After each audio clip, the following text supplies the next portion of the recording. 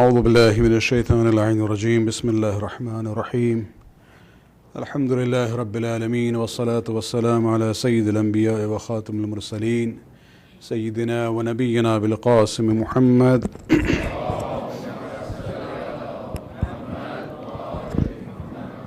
وعلى أهل بيته الطيبين الطاهرين المعصومين واللعنة الدائمة الباقية على أعدائهم من الآن إلى قيام يوم الدين. أما بعد، شهر رمضان الذي أنزل فيه القرآن هدى للناس وبينات من الهدى والفرقان. With the blessings of Allah subhanahu wa ta'ala during this very holy month of our calendar, we have this tawfiq of reviewing Surah al-Hadid briefly. The last two evenings we spent looking at ayat number 16 of the surah. We spend the time because that is probably one of the most powerful ayat of Quran, because Allah subhanahu wa ta'ala is addressing us and urging us to elevate our level of iman.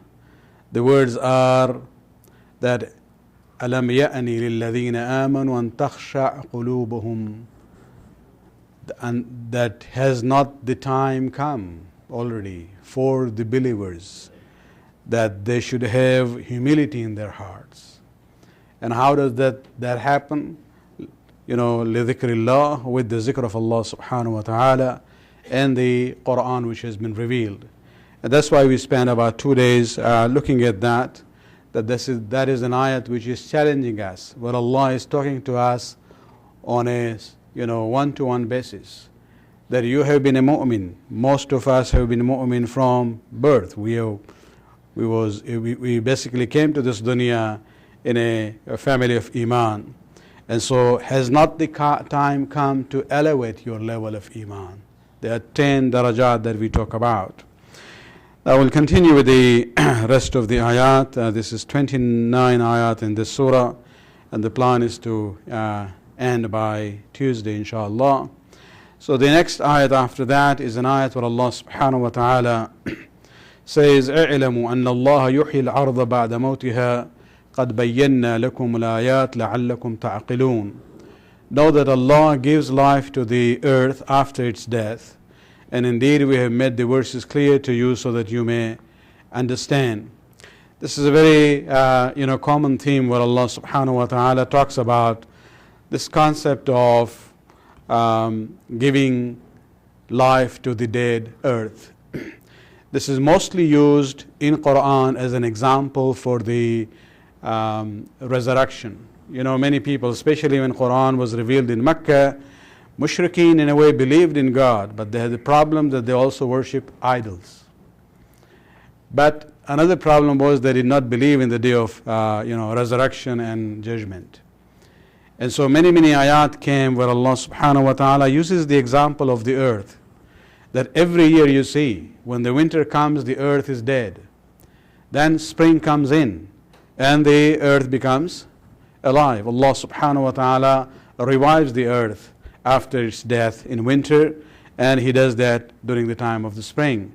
And so He uses that example that similarly you will die, but then a day will come where I will resurrect you, bring you back to life for the day of judgment, and then the consequences will be after that in form of Jannat and Jahannam. But here, the ayat, this example is not relevant to that common theme which comes in many ayat. اعلموا, know that Allah verily gives life to the earth after its death. This sentence is relevant to the ayat before it. And here the issue of earth is not an issue of resurrection of the day of judgment. Basically here earth now has become the symbol for the heart. In the earlier ayat, Allah subhanahu wa ta'ala talked about the situations and the conditions of the heart of a mu'min. That a mu'min's heart should reach to a level where there is khushu, humility. Whereas those who are non-believers, Allah subhanahu wa ta'ala says, Ahlul Kitab there, qasat qulubuhum, their hearts became hard. So you have this humble heart, and then you have the hardened hearts. And that is the example Allah subhanahu wa ta'ala is using here. He's saying that, the dead earth basically resembles the hardened heart. And the living earth is the soft or the humble heart. And Allah subhanahu wa ta'ala says, أَنَّ اللَّهَ يُحْيِي الْأَرْضَ بَعْدَ مَوْتِهَا. Allah subhanahu wa ta'ala is the one who gives life to the dead to the earth after death. So now He's giving us kind of a assurance that if you move in that direction of creating humility in your heart, the khushu, I will come forward and help you. Just as I bring the dead earth to life, similarly, the dead, the hardened earth can be made humble and soft. In case of the earth, it happens by the water, but in case of the hardened heart, it can become soft by the zikr of Allah subhanahu wa ta'ala and the ayat of the Quran. Let me share with you one story about this ayat which we discussed the last 2 nights. That the words where Allah subhanahu wa ta'ala says, has not the time yet come for you to have this humility in your heart. This affects people in different ways. If they really think about it, and remember I said we have to basically personalize the ayat. When it talks about the mu'mineen, it's not talking about the mu'mineen out there, it's talking about me. And when you personalize the ayat, then you see the impact there. During the days of Imam Ja'far as-Sadiq alayhi salatu was-salam,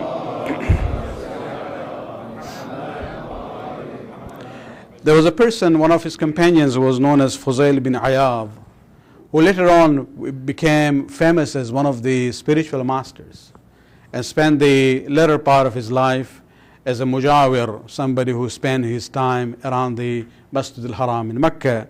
And his story is very interesting. He became spiritual master later on, but before that he was actually a highway robber. I'm just using the modern terms here. Although here we don't have those concepts. In South Asia we call them daku. The armed robbers who basically go around and loot the caravans, or sometimes they will attack the villages and loot whatever they want.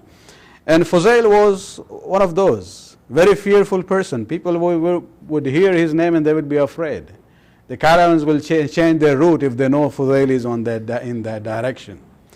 And he happened to look at a young lady and he liked her, but she did not respond. So one day he decided to basically attack her house. And so he basically climbed over the wall in the darkness of the night. But fortunately for him, a neighbor was still awake reciting Quran in the courtyard. So when he jumped over in that house, the neighbor was reading the Quran, and exactly that ayat of Surah Hadid, ayat number 16, he was reciting at that time, أَلَمْ يَأْنِ لِلَّذِينَ آمَنُوا أَنْ يَخْشَى قُلُوبُهُمْ لِذِكْرِ اللَّهِ. Has the time not yet come for the believers that their hearts should have humility? And when these words hit him, Fuzail, he turned around and he says, who is talking to me? And he started thinking about it. That one ayat recited by the neighbor changed his life completely. He just jumped back outside, did tawbah, and changed his life totally. From a highway robber, he became not only a muttaqi and a pious person, but he attained to the level that when the Sufis, for example, you look at the examples, one of the examples they mention is of Fudail bin Ayad. And so sometimes, it happens that you see the impact immediately, but we have to open up our own hearts for that. And this is where Allah subhanahu wa ta'ala says that my zikr and the ayat that I have sent down, that can have their own impact. And Allah is giving this assurance to us. اعلموا أن الله يحيي الأرض بعد موتها. after their hearts have become hardened, still there is a possibility. If we move in that direction, Allah subhanahu wa ta'ala will bring the softness in the heart and the humility which is required for a mu'min. Salawat par nabi par.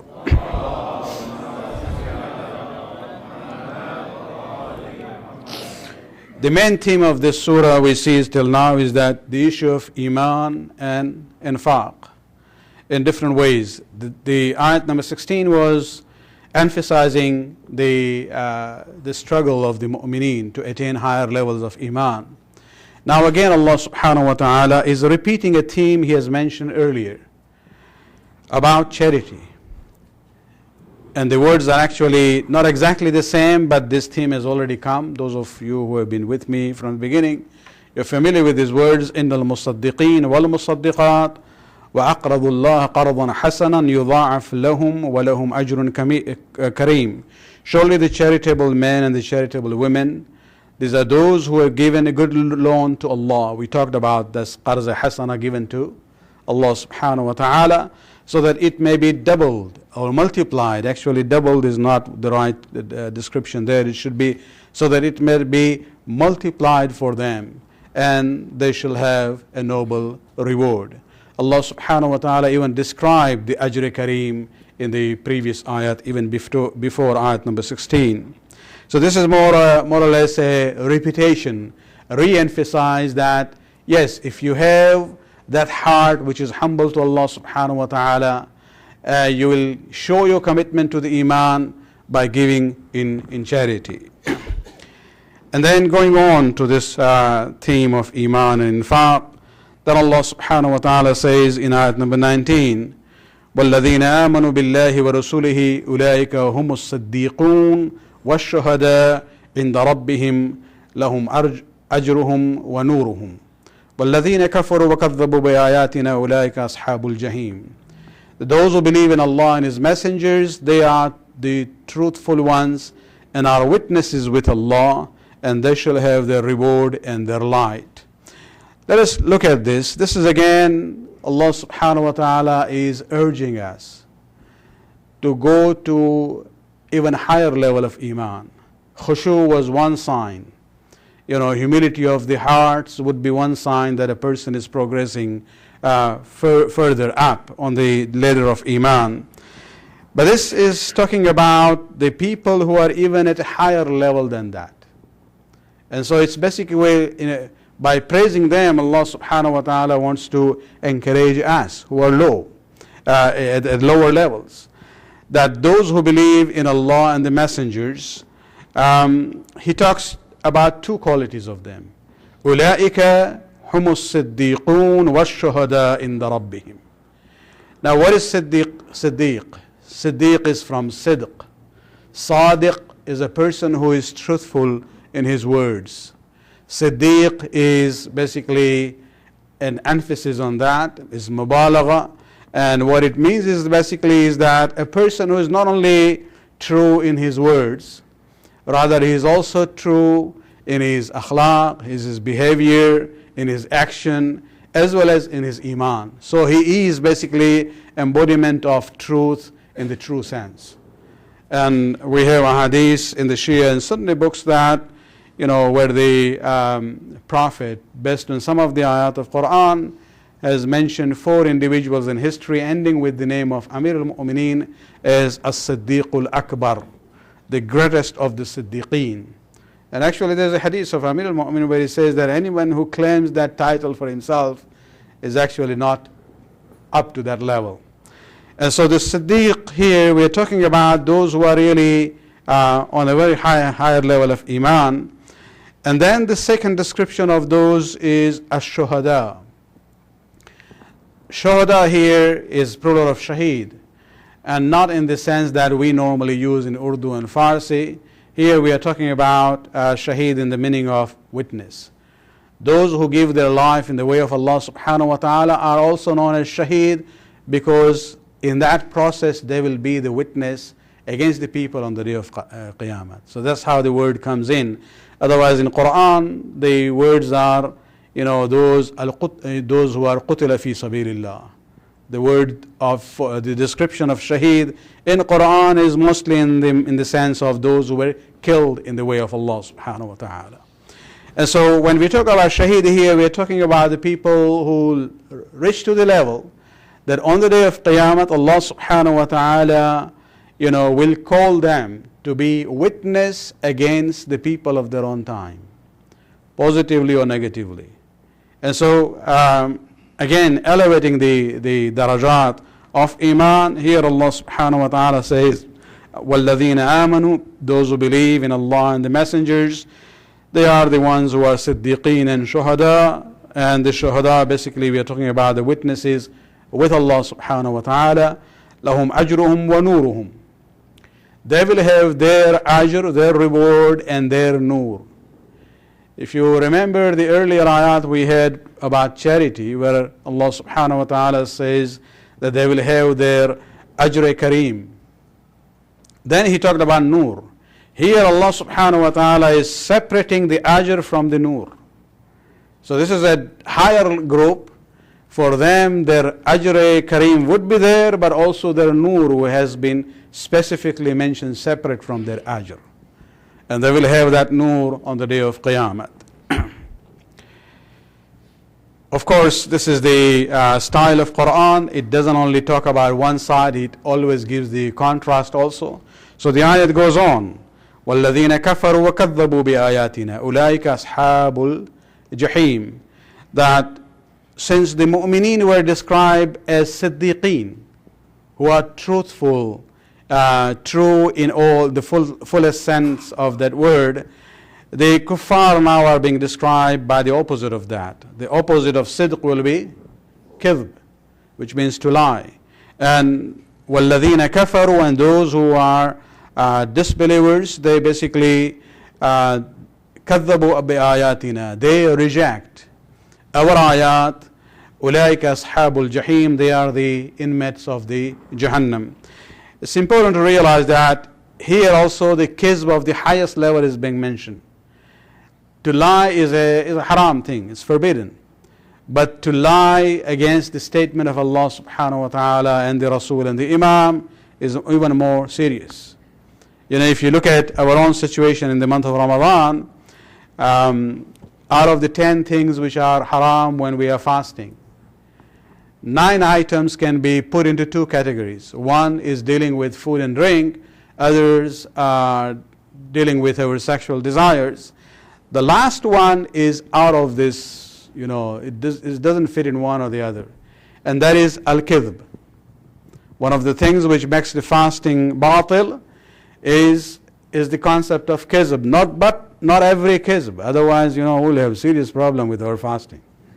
Allah subhanahu wa ta'ala has been merciful to us by specifying the kidhb ala Allah wal Rasul wal Imam. Means if I say in the state of fasting and I knowingly attribute a statement which is not from Allah subhanahu wa ta'ala to Allah, falsely attribute to Him, or to the Rasul, or to the Imam, that action makes my roza batil. And I'll have to redo that after the month of Ramadan. Now why is that? That is there just to show that kidhb by itself is haram at all levels. But when it reaches to the level of kidhb against Allah, Rasul, and Imam, it has an impact of even making our rituals invalid.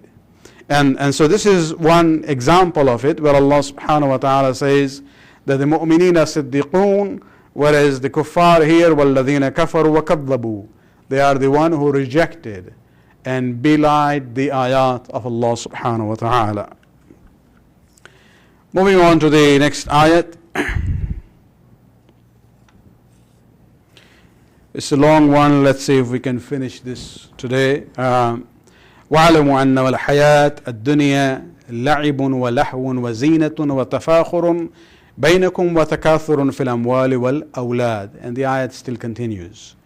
Know that this world's life is only play, diversion, adornment, boasting among yourselves, and a rivalry in increasing wealth and children.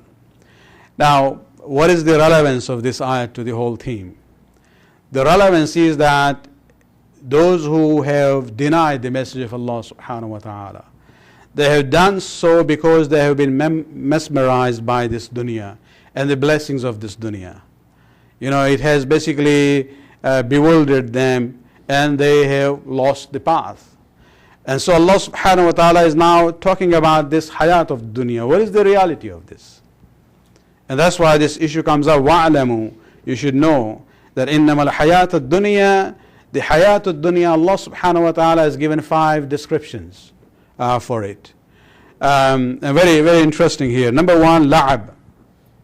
La'ab means just play. Lahu means doing things to amuse yourself. As a way diversion from responsibilities that we have. Number 3, zinat, adornment and beauty. Dunya is there for our zinat and beauty. And number 4, tafakhur. People use this dunya to boast against one another. I come from a big family, or noble family, or rich family. I have big degrees, with alphabets after my name, or the titles before my name, or my wealth-wise, I am better than others. What are the other things that we talk about? These are the main issues that we boast about ourselves in presence of others, or the position that we have in the society, or in politics, or whatever. So these are all hayat dunyawi issue that we boast about it, vain glory. And number 4, takathur, and a time comes where we compete with one another in order to keep ourselves at a higher level in our eyes from the dunyawi point of view. Competition is wealth and children, although the second part is going down, with the birth control and this and that everywhere, even in the Muslim countries. But it's more now the competition for wealth, who has more than the other. And this is how Allah subhanahu wa ta'ala says, this is the reality of hayat dunyawi. It's not that Allah says, this is useless, but understand this. When we look at this, some of the mufassirin actually have tried to give a different spin to this. They said, why these 5 items have been given describing hayat dunyawi? And they say actually these are different stages of life. Now, since this is not based on the hadith or a riwayat from the Ma'soom, I will not be 100% sure about it, but it was a good concept and I wanted to share with you, where they say the first part, la'ib, that the worldly life is a play. Is that this refers to the first stage of our life. When we are born, we really don't know anything. We just play. We're not worried about anything because our parents are there, or those who are taking care of us, they are there, they take care of us. So the first phase of life is just play.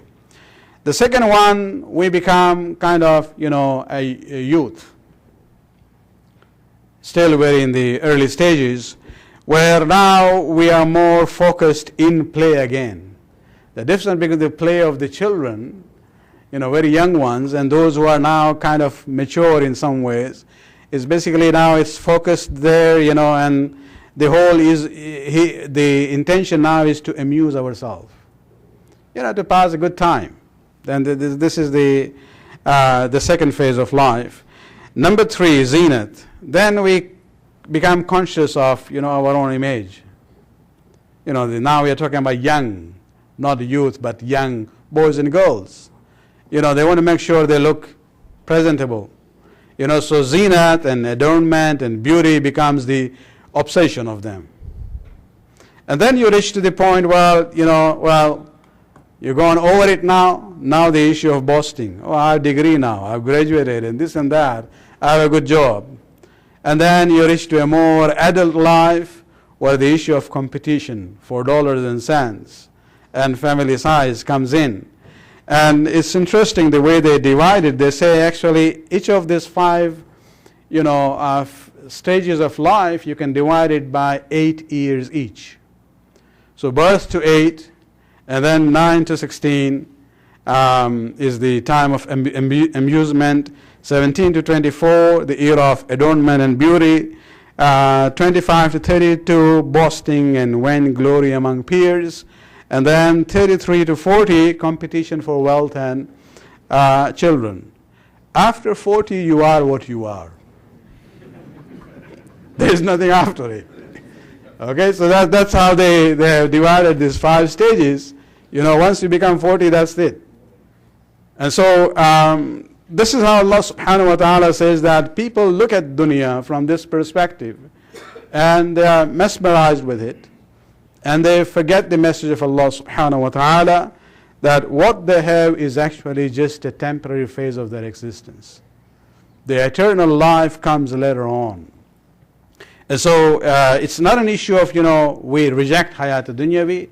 No, the message is very clear. Let us look at the other part of that surah, that ayat. Allah subhanahu wa ta'ala says, okay, this is what is hayat dunyavi. And then He gives an example. He says, this hayat dunyavi is like the rain. When it falls down, its vegetation, it makes the whole world green. It impresses the kuffar. But then a time will come when that green grass will wither away, and you see it turning yellow. Then it becomes dried up, and then it becomes shattered and broken down. And this is the example that Allah subhanahu wa ta'ala is presenting here. So hayat al-dunyawi becomes like the rain, which is a matter of, it impresses, how things change from season to season. It causes the greenery to grow. Then the vegetations, a time will come, it wouldn't last there. It will wither away. Then it will turn yellow, and it will dry up. And then it is broken down. It becomes a useless item. So the message there is that the world is good, but it's not everlasting. Its goodness is there only for a time period. And this is where we have to realize that we have to maximize at that time, use it not only for this, actually more for the hereafter. And so the next sentence that Allah subhanahu wa ta'ala has, the third part of this ayat, وَفِي الْآخِرَةِ عَذَابٌ شَدِيدٌ وَمَغْفِرَةٌ مِّنَ اللَّهِ وَرِضْوَانٌ وَمَا الْحَيَاةُ الدُّنْيَا إِلَّا مَتَاعُ الْغُرُورِ. Let me just go quick through this. And in the hereafter is the severe punishment and forgiveness from Allah and His pleasure, and this world's life is nothing but means of deception. Now, what Allah subhanahu wa ta'ala is saying, that in this dunya, this is what you had. Different stages of life, la'ib and lahu and tafakhur and takathur and zinat. And then Allah subhanahu wa ta'ala says, this is just like the rain which comes down, creates greenery, you are impressed with it, but then after a time you will see it just withers away, it's gone. And what is there in the akhirat? Compared to that dunya, in akhirat you had 3 things. Number 1, adhabun shadid, severe punishment. Number 2, forgiveness from Allah subhanahu wa ta'ala. And finally, the most important thing, ridwan, the pleasure of Allah subhanahu wa ta'ala. So Allah says, you have this dunya this way, and this is akhirah here. This is temporary thing, this is permanent, this is perpetual for you, everlasting. It is your choice. Do you want adhabun shadid, or do you want maghfirat? And maghfirah, and even higher than that, would be the ridwan and the pleasure of Allah subhanahu wa ta'ala. And therefore He says, وَمَا الْحَيَاةُ الدُّنْيَا إِلَّا مَتَاعُ الْغُرُورِ. This sentence of the ayat is like a conclusion of the discussion, that the life of this world is nothing but the means of deception. It can deceive you very easily. So don't be deceived by this dunya. Use it for building your akhirat by iman and amal salih, good deeds. Where the emphasis was in these ayat of the Surah al-Hadid was on infaq and charity. May Allah subhanahu wa ta'ala increase our tawfiqat and give us the ability to understand the reality of the dunya and akhirah, and may He always keep us